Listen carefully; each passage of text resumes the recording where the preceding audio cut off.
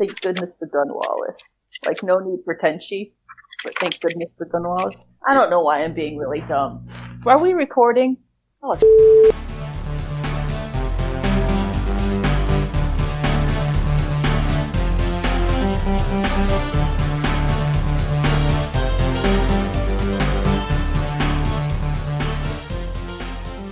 Hello and welcome to the QUACKCAST. This is QUACKCAST number 483. This week we're talking about Emma Clare, or Emma Egan. Emma Clare, that's it. Emma Clare's idea of burnout and how you can, the strategies you can take to avoid it. We'll talk about our own burnouts and, how we got around them and that kind of stuff, and strategies to deal with mitigating the issue. But before we get into that, I've got to bring up the featured comic. I featured a nice little comic strip this week, Abejitas. I'm not Spanish, so I can't pronounce this properly. It basically means bees. Bees in Spanish. Abejitas. Oh, yeah. So, take it away, me with Abejitas. Hello, I'm Ozone Ocean, and my feature for the week was Abejitas. Bees, not the bees! Abejitas is about a grumpy odd couple of bee people, their daily life, and the ridiculous situations they deal with. One wonders how these two ever got together in the first place. The snipes between these two and other characters, like the Dr. Bee, are hilarious. The art is all analog, in colour, stylized cartoon characters. The writing style is 3-panel comedy comic strip. English isn't Lazarino's first language, and the text has obviously been translated, but the intention still comes across clearly, and it adds to the charm, actually, and gives it a really sort of enhances the comedic flavour of the jokes. So there's not many situations where it harms the jokes, I think. It sort of enhances them more than anything. And I like the way these characters are so nasty and snipey to each other. It's quite amusing, the crotchety little behaviours they have. And it's a good-looking comic strip. When I say analog, I mean like old style, like a pen and paper and all this kind of stuff. Colouring pencils, maybe, I think the colour's done by. It looks very traditional. There's a lot of texture evident in the artwork, and it looks good. Not that digital artwork looks bad at all, but a lot of us do it now, and it's quite smooth-looking, so we can become a bit tired of it. And so this makes a welcome change. So, Abejitas, I think you should enjoy reading it. It's a good little funny comic. It's been on the site for a long time, and it's nice to be able to feature it now. There's also a theme that was done quite a while ago by Gun Wallace, so you can search our QUACKcasts for the theme to Abejitas. Okay, I hope you enjoy it. It's rated E, which is for everyone, and it's, of course, the artwork and the writing are all done by Lazarino, or Lazarino, maybe. Lazarino. Lazarino. Okay, so hope you enjoyed that. And that was the featured comic, Abejitas. Abejitas. Sorry, Abejitas. Which is bees, of course, which I've already said a million times. So there we are. Lovely word for bees. The word actually has bees in it. Abejitas. Thank you. Now you know. Oh, goodness me. You don't know, now you know. Well, next up we have the featured music. Gun Wallace has given us a theme to a comic called Grayling. And I would describe this music as wander through the still, dark, cold forest. It's damp and cold. Wind whistles through the trees, rattling bare branches and shedding hanging drops of water. Like little flurries of rain, in the distance there are unwelcome hints and glimpses of lights and sounds of technology. So, take it away, Gun Wallace, with Grayling.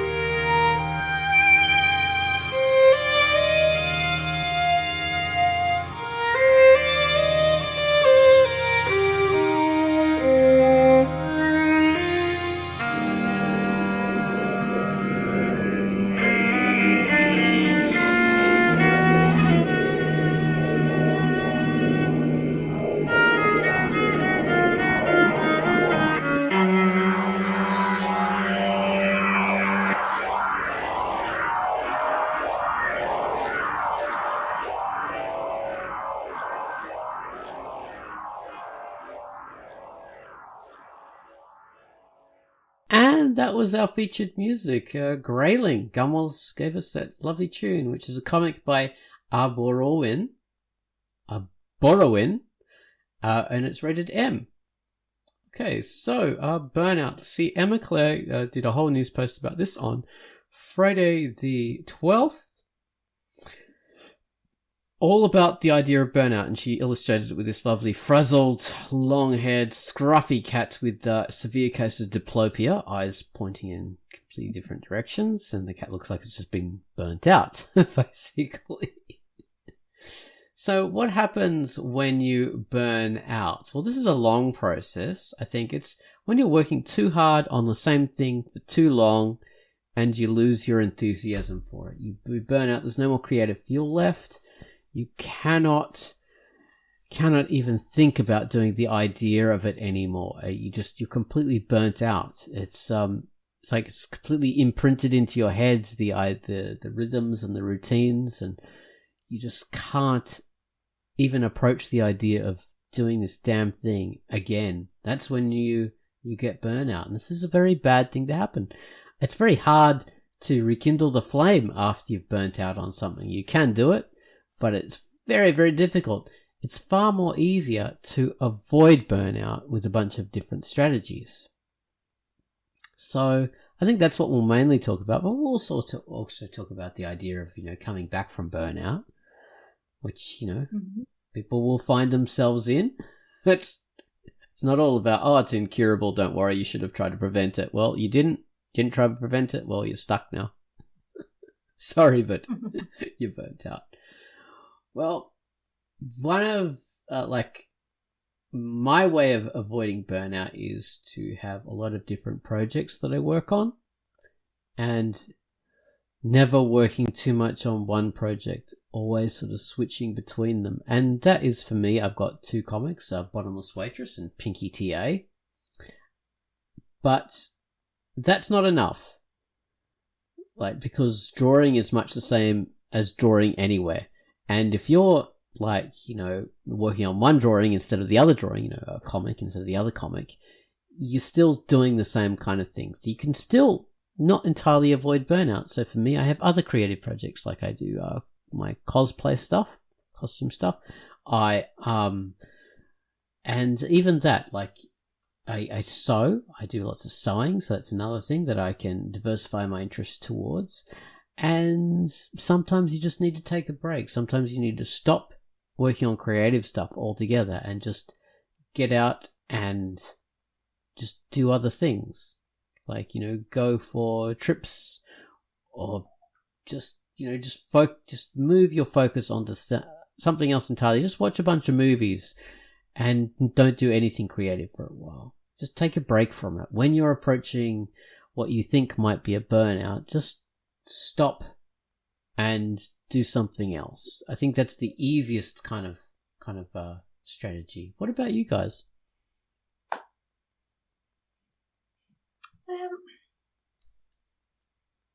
Yeah, absolutely. That is the tried and true method, I suppose.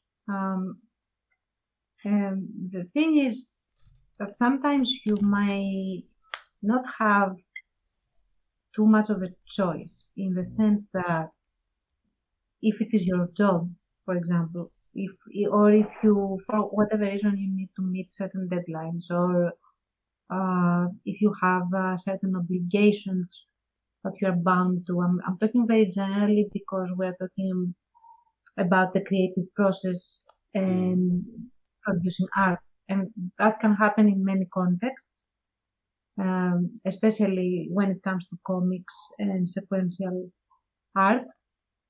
So if you don't have the capacity, let's say, to just stop it for a period of time and come back to it later, then you have to simulate that effect with different tricks, and that can be tricky, especially if you are not aware that you are becoming burnt out, which actually has happened to me before. With my writing, actually, that happened, and that's when you refuse to acknowledge that there are certain problems accumulating in your creative process, you just try to press on and hoping that it all goes away because you're not paying attention to it. And of course it doesn't. And then you get burned out because you cannot deal with it anymore. So the biggest thing I would advise is that if you feel burdened, instead of feeling guilty or trying to ignore it or put it to the side and just, stiff upper lip, press on, do the thing, be a trooper and stuff like that, is just take a little bit of time to see what the matter is, first of all. Because it might be that you don't like where the art is going. The story, for example, is not as satisfying anymore. Or it might be that you don't feel adequate enough for whatever reason. Or it might be that there are other things piling up aside your art that are taking away all your attention. And devise a strategy on how to deal with that before you go on. So that whatever it is that is sapping your energy stops being an issue, if possible. I don't know if that makes sense as an approach. That does. Yeah. Because sometimes there are, like, say with you, you're doing you're sticking to a very strict schedule without Moonlight, and you're doing 1 page a week, and also extras like stories and wallpapers, once a month, all this kind of thing, which means and it's through a Patreon thing, so you get rewards if you keep to the schedule, which means it's harder to break from that. So you're sort of trapped in that kind of structure, which, you're saying, like, you can't really take breaks. So, you do have to come up with alternatives. And that's a good concrete example of when you have to follow other strategies. Just since you said that, sorry. And that actually, my Patreon is a way to deal with burnout, because the stories that I make, like the extra stories that are still canon, but they have completely different tone and style. They are feel-good stories, they are happy stories, they are things that are uplifting, help me for going through the scenes that are in the proper comic that are very heavy. That's one thing. Or the illustrations that I make are different. They have different subject matter than what I have to draw day in, day out for the comic proper. Like, they are different outfits, different phases of the characters. So they give me a diversity, let's say, within the comic itself that is refreshing. It keeps me going on both counts. Yeah. Okay, so that kind of thing actually helps more than it hurts. This is interesting. In a different way of sort of avoiding burnout, that doesn't involve moving away from the work, is something that Claire mentions is sleep and exercise. Now, that might seem like it's like pretty basic, and maybe exercise just seems like it doesn't apply at all. But for, us adults who have sort of grown up and, like created art and stuff like that, we fall into these patterns of, not having enough sleep and then going to work, and like our lifestyles are sort of centered around burnout. Our lifestyles are sort of primed to make us burn out because, we drink coffee to make ourselves more awake and all this kind of stuff. And our bodies are primed for, like, fizzling out. So it's incredibly good advice just to get back to that and just to regulate your sleep. Give yourself like a cutoff time for going to bed. Like maybe I'll do my creations up until 12 o'clock. And that's my cutoff time. And that's when I'll get to bed. And I won't sort of use coffee in order to keep myself awake and alert for all this kind of stuff. I won't, drink like alcohol in order to get myself into the mood, because when you become too reliant on those kind of external stimulants, then your body's really not functioning normally, and it's not functioning well, and something's going to break. So it's good to sort of just try and run your body in a nice, easily sustainable kind of way. Not trying to extend yourself all the time. Only like reserve that for special things when you need to extend yourself. Like, oh, I want to finish this special thing for this special date, rather than just have that as an everyday thing. Because if you're trying to extend yourself every day, then that will make you burn out. That primes you for burnout, because you're putting stress on yourself. And, stress really is not good for your body. Not only will you burn out creatively, you burn out physically. So, yeah, keeping to bedtimes and things like that, and meal times, eating right, having breaks for exercise, letting your body kind of just function in a normal kind of human way is an incredibly powerful strategy for avoiding burnout and keeping yourself well and lowering the stress levels. Anyway, sorry, go on. No. I would add to that is actually a good part of what would be a routine that can be comfortably maintained by someone's personal standards, not what some third person that is not going to do this routine would say. So, in order to avoid burnout, to have a good chance to avoid burnout altogether, it would be to establish a routine that objectively and pragmatically for your parameters is comfortable to do. And that means that you have to be sincere with yourself, that what your stamina is, and tailor the things that you do every day to be well within those limits. So if you know that, for example, you cannot sit at your desk for more than, a couple of hours, make sure that you have a work slot, a work zone that is at most an hour and a half, so that it will be something that you can comfortably do. You don't need to put extra effort to push yourself to complete the tasks that you have scheduled every day.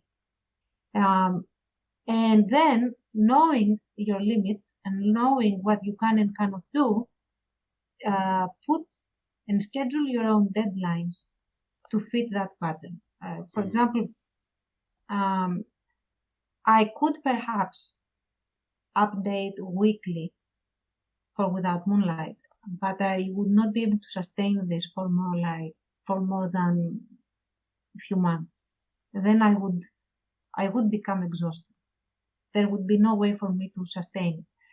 Whereas once every 2 weeks, which is my update schedule, is something that I have managed to comfortably fit within my workday with all the other things that I'm doing and juggling, and that makes it sustainable. So I don't burn out. And actually, when Art Day, as I call it, comes, I look forward to it because it is different from all the other stuff that I have done and I have been doing throughout the week. And that helped me rest from those things and also do the work and update on time and so on and so forth. It is a sustainable schedule for me. For someone else, that might be once a month, once every 3 weeks, Or it could be twice a week for those amazing people that can do that. So the thing is that you have to be very, very objective with yourself rather than what you would like to be able to do, just what you can do. That's all. Yeah, we're all very different with what we can produce, like mentally and physically. So yeah, it works for you. Like for me, my bedtime is like my usual bedtime that I aim for is 12 o'clock. 12 o'clock, and my ultimate hard limit is 2 o'clock. So that is the latest I can stay up until I turn my lights off, basically. But for other people, it's 4 o'clock in the morning. And for still others, it's 9 o'clock. So there's no universal kind of standard for that. It's what works for you, and what works for you is way better than trying to match yourself to someone else's perfect model. So, you should definitely fit it into your own thing. Like Emma Claire mentions that she does she has 7 to 8 hours sleep a night, which that's her thing. I think that's what she said. And she schedules a whole day off where she does no work on that day. Well, that's interesting. And if that works for her, that's a good thing. But for you, it might not work out that way. Maybe you need to work every day. Maybe there's only one day where you can have for doing working on stuff. So that's a very different thing for because some people, they do a whole comic page in 3 hours, and that's their comic page. 3 hours work, and that's it. So, but they can only work on that one day a week. But you can still get burnt out on that. Totally. Yeah, definitely. At times like that, because, it's not only working on comics that can burn you out, but lots of life shit in general. We touched on it, but, when you're going to work 40 hours a week, or even not, even if, you're laid off and you're stuck at home all the time, or, life is just kind of becoming, what's the word I'm looking for? Overwhelming? Stagnant, in a sense. Overwhelming, but also stagnant. You get stuck in this way of doing things, and there's no wiggle room to do anything else, or else you won't be able to pay for rent for the month or shit like that. I mean, burnout could be extremely serious, and I think when it's hard to schedule things differently or whatnot, I think then you also have to try to find things to look forward to get you through it. And this applies to comics as well. I was saying on the cast earlier, or we are on the cast, on the video chat earlier, which says may be made available to everybody this all time. patrons. So check it out. Oh yeah, maybe everybody. Yeah, we'll see. Oh, all patrons. Okay. Well, we could make it available to everyone who just even clicks on the patron thing, so they can just see what it's like. Anyway, go ahead. But basically, I wanted everybody to realize that when you're going into comics, if you're making a long-term story or even short-term stories, if you're just doing a bunch of them, if you're working on comics consistently, you are going to experience burnout. This is not the exception to the rule. It's not for people who don't, plan shit properly, or, it's happens to everybody, and it's going to happen multiple times. I don't know, I guess there's different remedies. For me, a good remedy is drawing butts. I like to draw butts, and when you see there are lots of butts in my comic, it means that I probably had burnout. That's hilarious. But yeah, I like to find things to look forward to in the comics. Voice crack. I just hit puberty. Please excuse me. I like to find things to look forward to in the comics, and it usually just reignites a spark. And if that's something I'm having issues with, kind of touching on the chat that we had last week, I think, then I know it's kind of time to stop, and question myself and ask myself if I'm going in the right direction instead of banging my head against a brick wall. But yeah, otherwise, it's if I could find something to look forward to kind of get me through, then that helps a lot. Mm. Okay. Well, yeah, that's another strategy. Yeah, your little carrots, like you were saying before, the stuff that you look forward to in your comic, or maybe it's going to be like a particular page or a moment in the comic that you're looking forward to doing. That can be it. That character or drawing giant mechs, as some people do. I think those burn you out there, though, don't they? Yeah, they do. But I was like, the thing that was a carrot for me was actually introducing the character Nikki and having her moment. So I was able to introduce a new character in the comic, and I was introducing this new scene and all that kind of stuff, and that was something that was driving me in Bottomless Waitress. So yeah, I was excited to do that. So there's always that kind of thing. But what happens, like you said, with the inevitable burnout? What happens when you do burn out? Like, you've burnt out in your comic drawing, then what do you do? All these strategies are out the window. You've actually done it. You've burnt yourself out. You bug it. Well, you can still apply those strategies, though. Mm-hmm. Either you could be burnt out, and I think burnout, what it kind of forces you to do is it forces you to stop and kind of take restock of things if you have the ability to stop. Once again, this is talking about web comics and casually like we do them. But in that instance, in that kind of scenario, when you have burnout, it forces you to stop and kind of reassess things. Something will probably change. It'll take some time, but I think the thing that makes burnout really feel nasty for people who are like us, who are casuals, is in part the tremendous pressure that we put on ourselves sometimes to produce things, and then we stress ourselves out even more, and it makes the burnout feel like it becomes self-punishing then. When in reality, it's just something that comes, it happens, and you just need to kind of work through it and accept that it's just part of what you do. There's no need to punish yourself and be like, oh, I'm a terrible creator, I'm a terrible artist, why can't I be this?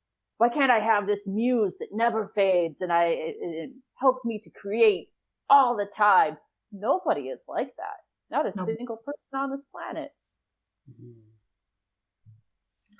Yeah, well, exactly. And sometimes when you are experiencing burnout, it is, as Peter said, it is a message from your own self that you have been overlooking something or ignoring something, and it's time to pay attention to that. Like, pause, don't stop. I think a strategy that helps with burnout and to avoid the guilt that comes with it that Pitface described is, don't tell yourself that you are stopping because you are burned out. You are just pausing to take stock of things, to think, to see what's going on, and to correct whatever it is that is causing the burnout. Because burnout is being caused by something, and it is it might be something extremely simple if you don't freak out. Oh my God, I have gotten burnout. Now I am the scum of the creative earth. And, where is a cliff that I can fall off of or something like that? If you don't freak out, and if you might realize that the only thing you need is rest. You might just need to rest. Everyone needs to rest and downtime at some point in their lives. And it might only be that. Or you may not need rest, but you might need to just put some distance from what you are making and see if the direction you are going is what you want, or if something else is displeasing you to this thing. I like how you used the word sustainable earlier. I really liked that because that implies a sense kind of balance. And as you go along, just the way life is, that balance is kind of going to be, try not to swear. I don't know why. I don't know how else to say this. It's going to be messed with. And I think I'm burnt out on words. We were talking so much before this, but fussed with it. That too. Yeah, I really like that term that you used. It's sustainable because I think it's broad enough, but also relates enough to having a good sort of balance of activity in your life. And, it's not only output. There has to be input as well. And sometimes it's too much. Sometimes you just need to shut off the engines for a while and let the engine cool down and make it full again. Thank you. Full of them. Yeah. Sometimes there's burnouts are different. You can have a really, really, really bad burnout where you stop drawing for a year, maybe, or more. So how do you come back from those? Well, I can say how I'm getting back from. I guess it's a burnout to a point, to an extent. From my novels, I haven't actually written a short story or a novel in a good while. And I'm talking about at least 5 years or so, which is a lot, considering there was a time I was cranking out stories, and I'm talking about stories that I'm creating on my own, not joint work or role playing and stuff. Or because scripts, if you count that, or scripts, because script writing is completely different. I have been doing that, but that's different. To novels and short stories and stuff. And the thing is, I used to write at least one short story every week. That was the output I had once upon a time. And then there came this time when all of creativity left me. I couldn't really create anything. And that didn't have anything really to do with burning out from creating itself.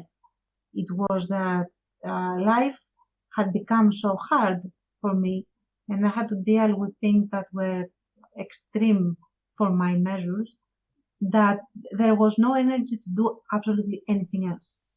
I couldn't create. Yeah. It was as simple as that. Yeah. And it was something that I had a lot of trouble with at the time, because I felt that I was not being studious enough, or I didn't work hard enough to be able to create, even though, all my life was being turned upside down and things were, going south or left and right and stuff. And how dare I not be able to sit down and create? So yeah, after a while I came to do that. But because at the time when this happened, my main medium of art was writing, this is also and has been the hardest to get back to as well, because it used to remind me a lot of that particular mindset, era, and experience. So going back to it is a process, and I am not completely done with that just yet. I'm still slightly burned out. But the way to do it is to quietly, patiently, and in a paced manner, work to associate new and pleasant things with the process it's in the first place, and then start slowly creating at a very low pace, and only as if to sort of remind yourself how it feels like, if that makes sense. Okay. And you have to rekindle the interest also by reading your old work, seeing the things that you like about it, seeing the things that you want to correct, like how do I want to write now? Will it be like before, or will it be different? Add new elements to it that will get you back in the saddle, and do it very gradually. Does that make sense? Yeah, ease yourself into it, acclimatize, dipping a toe into the water.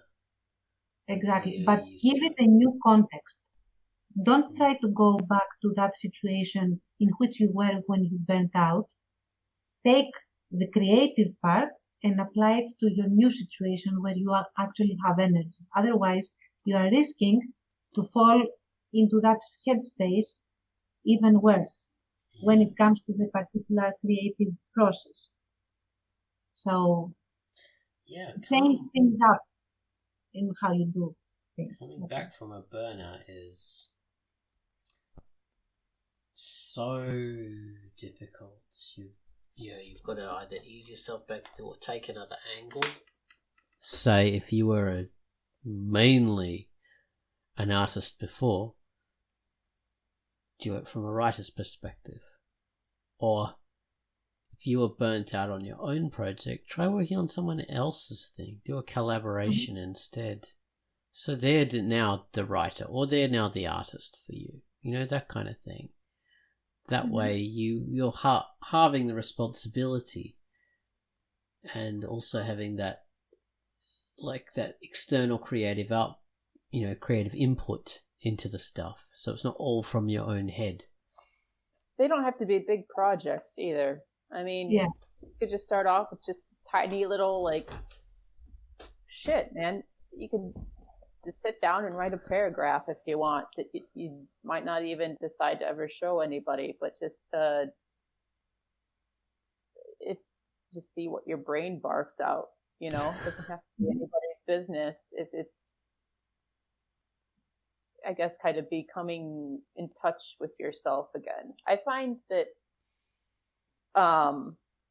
when I haven't, this is a slightly different situation, but I think it kind of relates. Maybe I'll change my mind as I ramble on. But I don't practice sketching as much as I used to. And it usually takes me to get to a point where I'm like, okay, I'm really starting to suck at X, Y, and Z. I need to go back and I need to practice them again. And when I sit down and do those things, I often find that I actually prefer to draw them in a slightly different way than I did before, or to draw certain features in a slightly different way than I did before. And I used to have kind of a wall up in my mind that would say, well, no, that's too different now. I need to stick to this particular thing. When now what I like to do is say, well, no, this is something that's obviously starting to get my attention. I should explore it more. And that makes me excited to draw certain things again. So I think kind of burnout kind of works the same way a little bit. You know, if you are working on something and you go and you step away for a little bit and you come back, um, it's going to be a little bit different, especially if you've been away for a while, because of how perhaps your perspective has changed, or you just like things in a slightly different way than they were before. And that can be really exciting. Yeah, that's a good point. Yeah, you forcing yourself to use different ways of looking at stuff.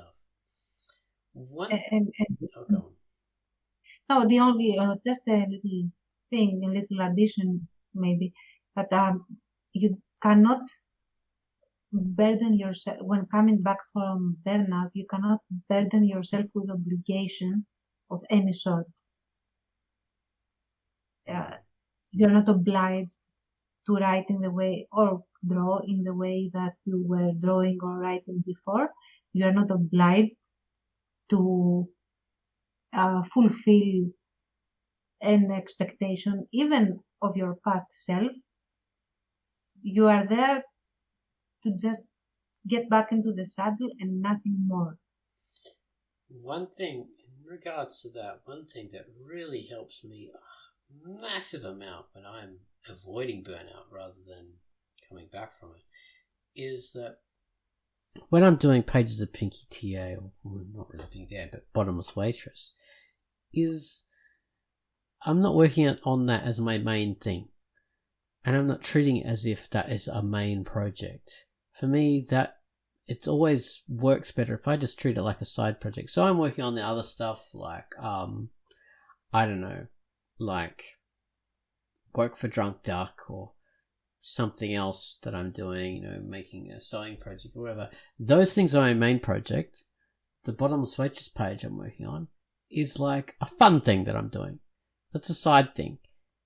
And even if it's not really, considering it that way really, really massively helps me because, like, I don't know whether this is true or not, but a lot of creators who start out doing really, really good works on, you know, like comics that continue for pages and pages and pages, they usually start them out as side projects, and they're doing them as like ways of procrastinating, not working on other projects that they should be doing. You know, like they start at uni and they're, you know, university or college or whatever, and they're meant to do doing their studies or whatever, and they're working on a comic as a side thing. And that's when the work really takes off because they're not putting all that kind of expectation on it. It has way less weight on it, and that means it's much easier to produce. So that can help. Yeah. It could be quite liberating as well. Like, so the new comic that I started, in theory, Inhabitants, I started and then stopped it. But so the projects that I've worked on before it, well, Putrid Meat, and then I have Blitzov, and then I was thinking about getting a story together for Tread, and I still love all these ideas. They're all in the same universe. But I've had to be honest with myself lately and acknowledging that I've started to become burned out with Blitzov. And I still love the character. I love the story, but I'm not doing it justice. And part of that is because I've been stuck in the same world for, probably, I think going on 15 years now. And that's the world of Putrid Meat. And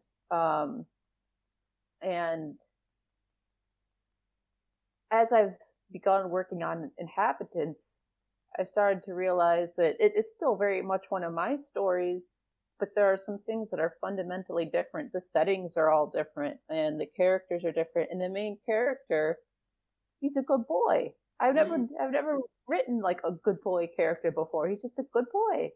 and it's been a breath of fresh air to me. I've got some elements in there I've never written before. Like there's a little tiny bit of a tinge of a love story. I've never written that kind of thing before, because that's not the kind of shit that flies in Putrid Meat. That wasn't what I was doing. And I love Putrid Meat, but I need to do something different. And I've realized as I've gone about getting this comic together, I'm getting a feeling from writing I haven't gotten in years. And that's that feeling when ideas are becoming so fluid and so exciting, they're stitching themselves together.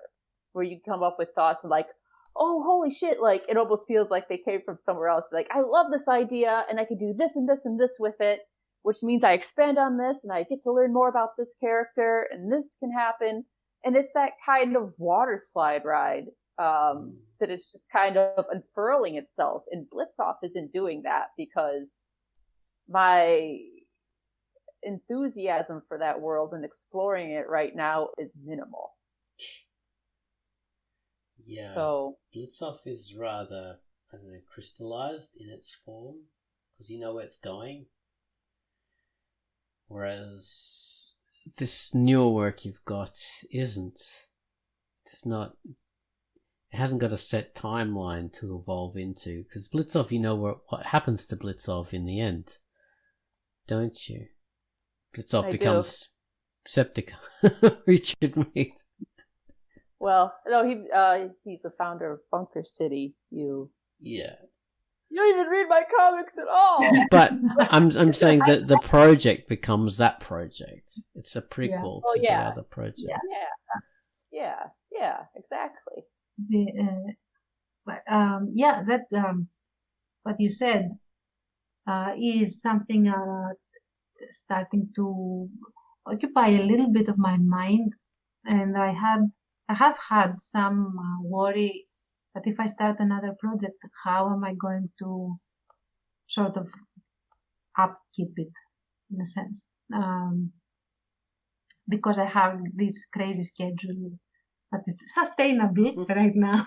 But it's sustainable because it's very narrowly calculated anyway.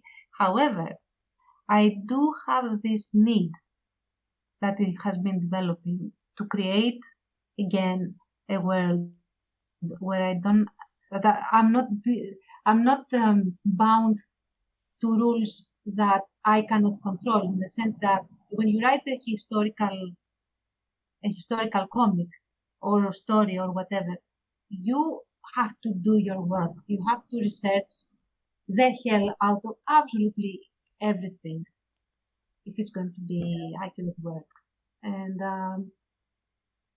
it is its own kind of fun, and I like it. I'm a research nut anyway. I like research. But the thing is that I would also like to create something that comes from me, like I did with the Art of Ailing, and I want to create this other world with imagery that doesn't exist in the Art of Ailing, and also cannot exist right now in without Moonlight, because it has nothing to do.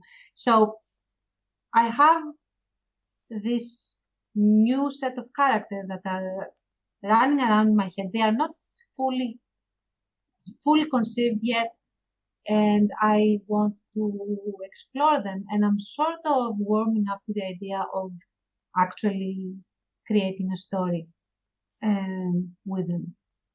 Probably a comic one, because I want to do something that is black and white, no color. Oh my god! For a while, black and white, and a little bit of gray. Yeah, maybe a little bit, and also like in a style that is not what I usually do, perhaps, and go a bit dark fantasy and create something that might be scary. I have never done horror. I don't know how to do horror, but I am starting to tell myself that I have to do just a little bit of that, or I will go into this trap of ignoring things, and then it will come back to bite me. And I don't want to, because I have good things coming up in Without Moonlight, and I want to draw those as well. So, yeah, I might be starting a little bit of something soonish. I'll see what it is. I don't know exactly what. Let me see. It's fun this time when there's primordial ideas. Yeah. They just start to slowly grow, and it's cool. It's like watching a little mountain come up. Yeah. By Bob Ross. Or a pimple. Bob Ross. Huh? Or a pimple. What? Or a pimple. Oh. One thing is that you should always be aware of too is that, like, a side project, don't expect all side projects to become the new big project. Sometimes they'll just be a small thing that happens and then it fades away. Mm-hmm. And yeah, then you're back onto the main thing. So yeah, not everything will become the big new thing. That's how it functions. Things can sort of be ephemeral. Have little affairs with your comics and your stories. Exactly. Yeah, exactly. Like, I've done that with mine. I had the whole fantasy thing I did for Pinky TA because I was really bored of doing modern stuff and I wanted to do a fantasy story, so I incorporated that in as a dream sequence in Pinky TA, and that was a real like the thing I needed in order to get that out of my system. I stopped doing it. Yeah, and always, like, you don't need to think, oh my god, I'm going to start a new saga, even if in the end you end up starting a new saga, right? The way I'm thinking about doing this is like a short story, like a short little thing, a little fling, as Pete said, and get it out of my system. If it doesn't get out of my system, I will just do another short story that comes after that, and go from there. And so on. Yeah, you don't need to commit. Like, when you don't need to take up all these amazing big projects, or you cannot start anything unless it's going to be a 300-page graphic novel with I don't know what. It might just be a doodle, or it might be a couple of pages, or it might evolve into something different. Just give yourself this obligation thing. Just don't feel obliged about anything when you do work a burnout off, and definitely when you are trying to just shake things up so that you will not get burnout. Yeah, because you'll contribute to burnout if you force yourself to be working on a whole bunch of things that will actually make you burn out. Yeah, and just to give an example, when I was thinking of creating the other story, I have this interest. I really like Byzantine Empire imagery, so I wanted to make a story that would be set in Byzantium, but that requires way too much research that I don't have the time to do now, and I don't want to open that kind of worms, because I know what it will mean. However, I really want to draw Byzantine style stuff, and I thought to myself, wait a second, why do you need to be making historical stuff? Like I mean, like authentically historical novels or something. You can just take the elements that you like and you want to draw and create something else that isn't that, and just have your fun with it. Yeah. And enjoy yourself. You're not obliged to be accurate, historically accurate, if you don't make a historical comic or novel. Yeah. Don't burn yourself out with rules either and stuff. And, just, we talk about all sorts of things here on the QUACKCAST, and we have very good points about lots of things, I think. But in the end, things are never meant to become, what we talk about is never meant to become the Bible of what to do and what not to do. If something is calling to you, do it. Don't let our little voices get stuck in your head or anybody else's voices. Just make the thing if you want. And I think above all, with burnout, remember that it just takes time. So be patient with yourself. Yeah. God, you guys are really good at wrapping up at the end of the QUACKCAST. Be kind. Love yourself a little bit. Yeah. It's not always very easy to do, by the way. Right? Yeah. So. Very much so. Or take a hiatus if you need it. Take it, but organize like a comeback time. Don't just say, I'm on an indefinite hiatus now. It's usually best to just go, okay, I'm going to take a 2-week break now. I'll be back at the end of 2 weeks. And that really does help. That kind of thing does help. Because then you've got a day when you're going to start again. What's that? A open-ended hiatus right now, and I'm about to go on another one. So thank you. Sometimes an open-ended depends on how you approach things. If the hiatus is open-ended, it might stress you more, or depending on how you are considering it, it might settle you. Like put the thing out of your mind, which is what you need in order to work the burnout off. But you have to be sincere with yourself, which one it is. Yeah. And act accordingly. Yeah, they're dodgy things. Usually when people go on a hiatus, it can extend a bit long. It just depends. Really depends. Some people it's indefinite. Others have great strength of character and will come back and be better than ever. Well, even the indefinite one, sometimes it means it was done, I mean, I think we have to remember that too with the comics that we're making. Since they are personal projects, sometimes it's more than just burnout. Sometimes you're just done with it.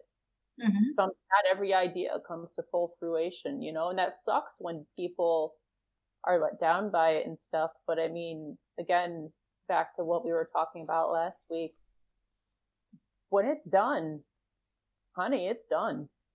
Yeah. And you have to also be honest about that. Don't go on a hiatus when you're deep down, or not so deep down that you are done. Just say that you are done. This story is done, even though it is not complete. Yeah. Sorry. That's a better way. And that's nobody's going to die out of it. Okay, they will get over it. They will find other stories, or they will follow you on your next one. Depends. So, I mean, where hiatuses can become a problem, and when it's not done, is that the problem of going back to something. It's massively harder to go back to something the longer you take.